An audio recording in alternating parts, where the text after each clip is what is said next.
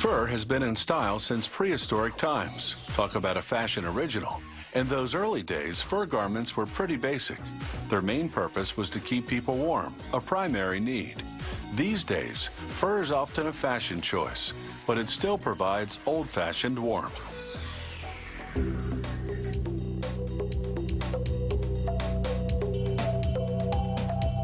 At the tanning plant, a worker sorts through raw beaver pelts purchased at auction. He inspects the quality of the hair, then determines the type of garment they're suitable for.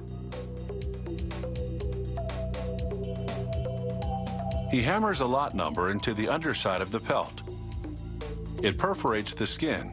This technique is used so that the number stays on the pelt during processing. Using a pneumatic punch, he cuts out the ear cartilage. It's a crucial step.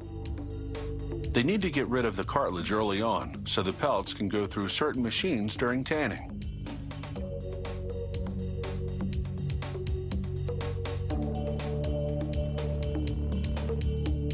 The pelts are a bit dried out because of preservation techniques used before they were delivered to the tanning plant. To rehydrate them, they put them through various chemical washes. The final bath contains tanning chemicals. They convert the underside of the animal's skins to leather. The supple leather texture will allow the pelts to eventually be shaped into garments.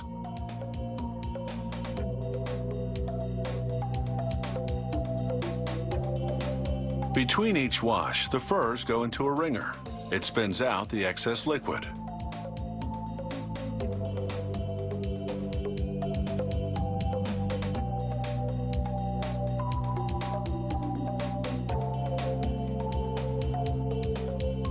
All that moisture has caused the pelt to thicken, so they thin it down with a spinning blade called a flesher's knife.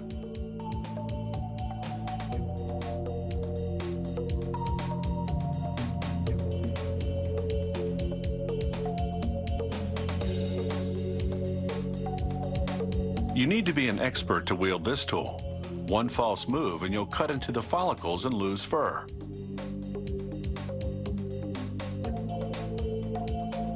Next, a worker shovels sawdust into a big drum. He gathers up the pelts and places them in the drum along with the sawdust and adds a mineral solution.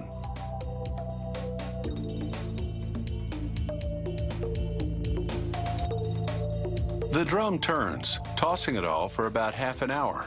This cleans and conditions the leather side of the pelts.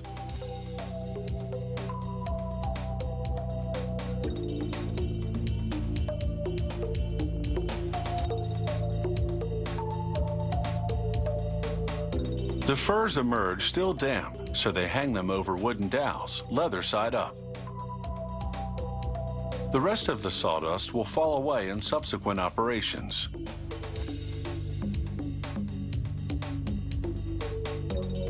Now, a worker scrapes off the pelt's long hair to expose the downy undercoat.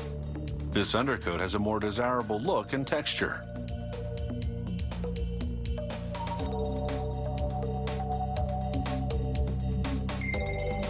He rubs a generous amount of oil into the leather of the pelt to lubricate it.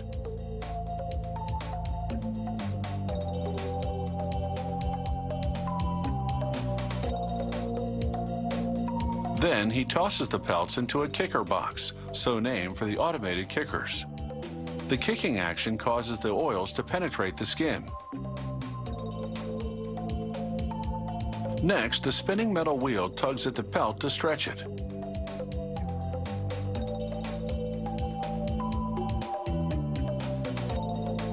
A worker cuts away the edges. And it's into the hot press.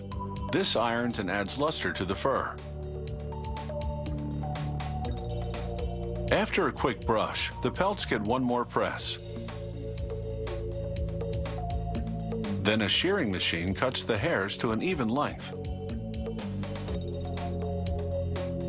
Finally, they bundle up the pelts for a trip to the garment factory, where they'll be great design material.